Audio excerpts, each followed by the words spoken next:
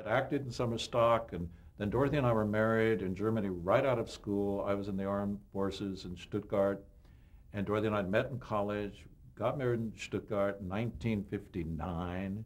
We've known each other for 50 years. We've known each other from 54 or something, over 50 years.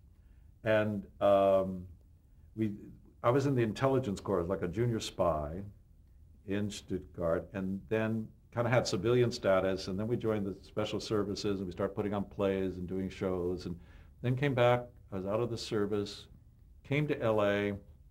We were pursuing acting and directing. I was directing by then.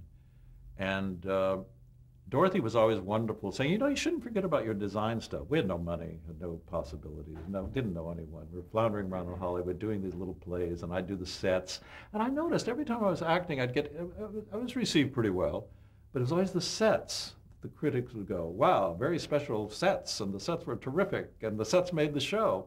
And so like Pavlov's dog, I responded to what was really what I was getting the most positive feedback from.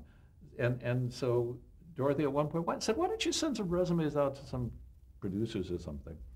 And in theater, I was working in theater, and see if you can get some jobs. So I did, and as luck would have it, a gentleman got my resume.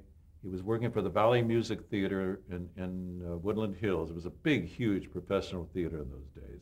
Must have been the early 60s, 62, 63. And they were just losing their current designer, who was Don Roberts, who had just gone over to ABC to work in television. And they were looking for a new designer to design a play.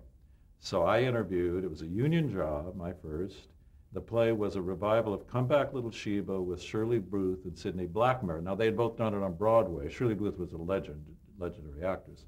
She had won the Tony and had finished the movie and won the Oscars. So this was like, for my first professional gig, an important one.